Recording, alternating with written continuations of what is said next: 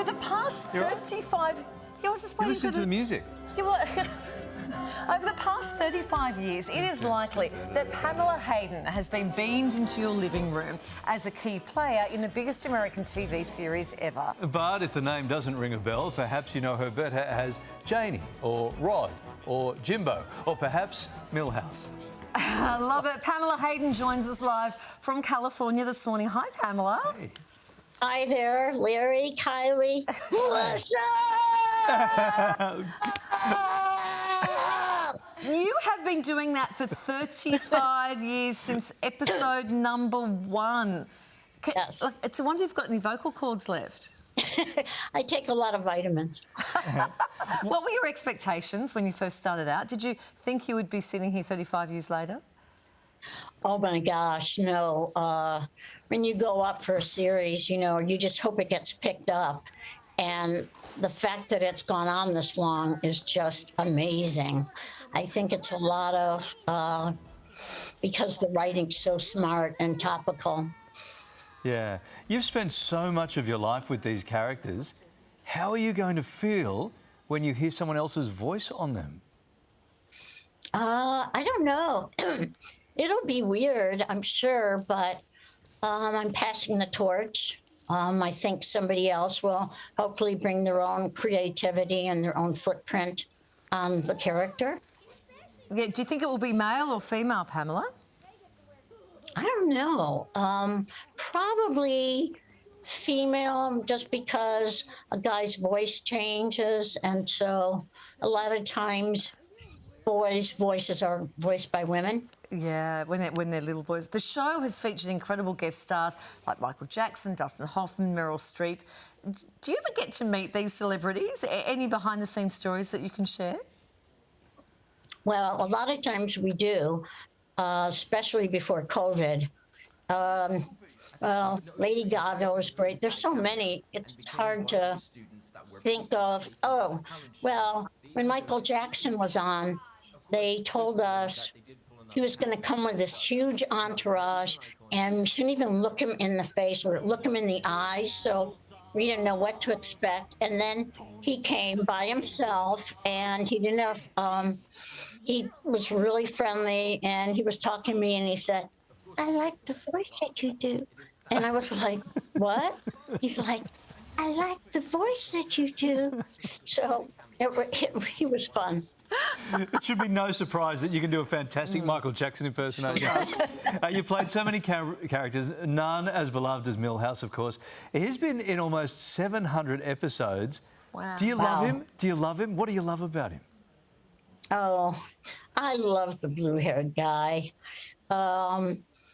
He's not so much an extension of myself in the sense that I didn't grow up a nerd, but one of the things I love about Milhouse is that even though he's getting knocked down all the time, he keeps getting up, and he has this tremendous tenacity, and I love that about him, and I feel like that's a characteristic that I have.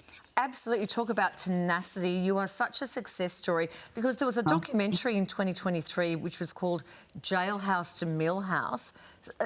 Fans may not realise that you spent some time in a juvenile detention centre as a youngster. Yes, not my best years there as a teenager.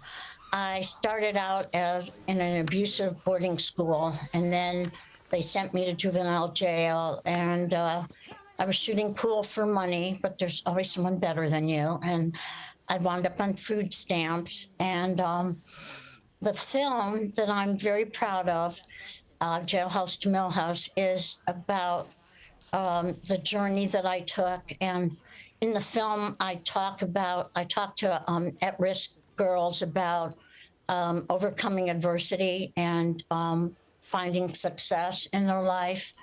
And when I talk to them, I say, you know, I'm no better than you, so you can do it.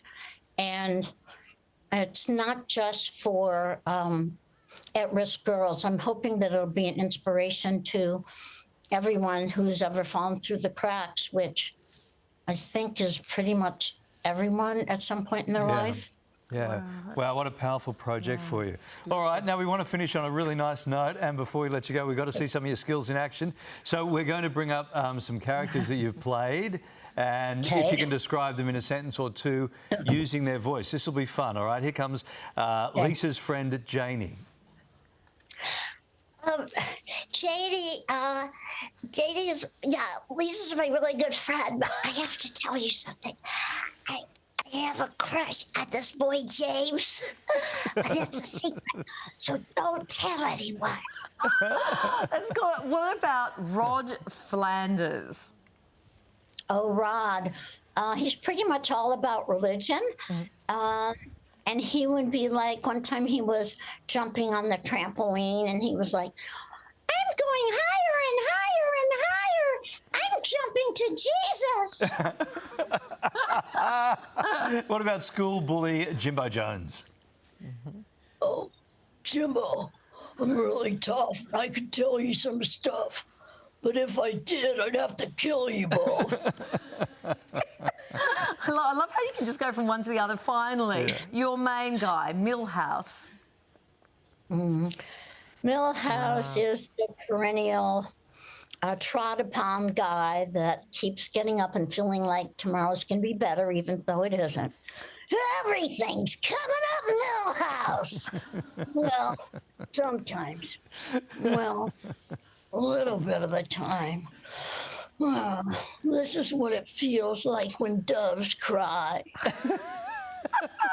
Oh, Pamela, that's so good. Do you ever use your voices? Do you ever use these voices as weapons? So if you're on a call to a phone centre and you're getting frustrated and you're not getting the answer you want, do you sort of pop into one of these voices?